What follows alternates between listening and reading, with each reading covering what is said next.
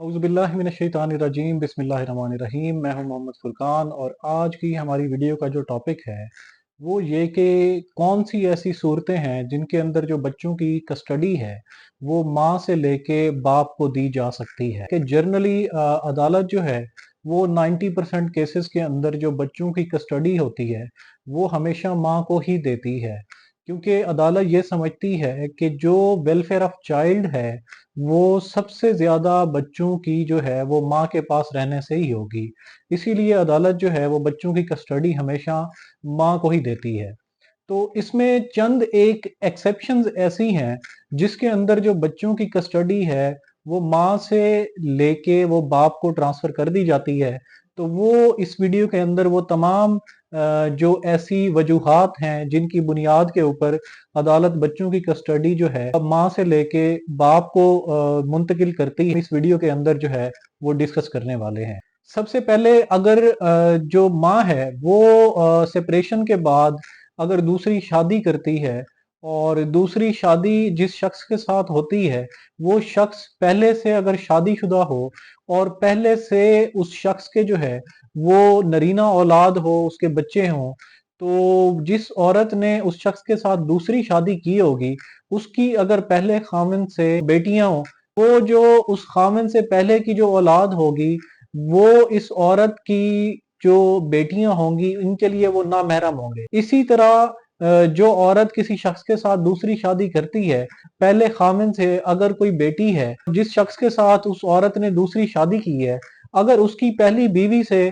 कोई नरीना औलाद है, वो उस औरत की पहले खामिन से बेटी और उस मर्द की पहली बीवी से जो उसके बेटे होंगे उनके ना ही माँ बाप सेम होंगे और वो आपस में ना महरम होंगे। और दूसरी सिचुएशन ये है, जॉइंट फैमिली है और उसके भाई भी अगर उसके साथ रहते हैं तो वो जो उस आदमी के भाई होंगे वो इस औरत के बच्चों के लिए ना महरम होंगे, क्योंकि वो उनके सगे चचा नहीं होंगे, वो सौतेले चचा होंगे। तो सौतेला चचा जो होता है वो भी ना महरम है। सगा चाचा जो है वो सिर्फ महरम होता है, उसके साथ निकाह जायज नहीं होता। बाकी जो सौतेला चचा होता है उसके साथ इवन के निकाह भी जो है वो किया जा सकता है और वो उन बच्चों के लिए नामहरम होगा। अच्छा, दूसरी इसके अंदर कंडीशन ये आती है कि अगर जो बीवी है वो अगर केयरलेस है, वो बच्चों की सही तरह से देखभाल नहीं करती, तो इस सिचुएशन के अंदर भी जो बच्चों की कस्टडी है वो अदालत माँ से लेके बाप को मुंतकिल कर सकती है। लेकिन इस सिचुएशन के अंदर बाप को ये प्रूव करना होगा कि वो जो इनकी माँ है वो केयरलेस है, वो बच्चों की सही तरह से देखभाल नहीं कर सकती या उनके और कोई ज़रूरियात ज़िंदगी हैं जो वो पूरी नहीं कर सकती। तो इस सिचुएशन के अंदर भी चांसेस होते हैं कि अदालत जो है वो बच्चों की कस्टडी माँ से लेके बाप को मुंतकिल कर दे। इसके अंदर अब डिस्कस करते हैं तीसरी सिचुएशन।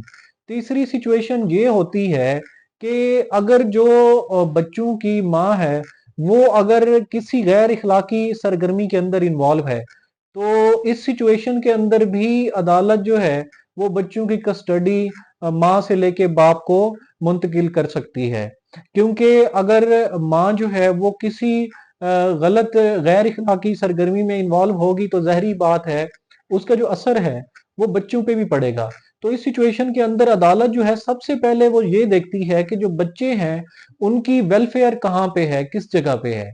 तो इस सिचुएशन के अंदर अदालत बच्चों की कस्टडी जो है वो बाप को मुंतकिल कर सकती है। इसके अलावा चौथी जो सिचुएशन है, जॉब नेचर है, जो माँ की कोई इस तरह की जॉब है कि वो 3 दिन 4 दिन जो है उसे आउट ऑफ सिटी जो है गुजारने पड़ सकते हैं। जिस तरह एयरलाइंस है, मुख्तलिफ एयरलाइंस में जो खवातीन जॉब कर रही हैं वो उनको आउट ऑफ कंट्री जो है वो फ्लाई करना पड़ता है और 4 दिन के लिए, 5 दिन के लिए या इवन के 7 दिन के लिए भी उन्हें आउट ऑफ कंट्री जो है वो रहना पड़ सकता है। इस सिचुएशन के अंदर जो बच्चा है वो उसकी जो बेसिक जो नीड है वो इग्नोर होती है और इस सिचुएशन के अंदर अदालत जो है वो बच्चे की कस्टडी माँ से लेके बाप के हवाले कर सकती है।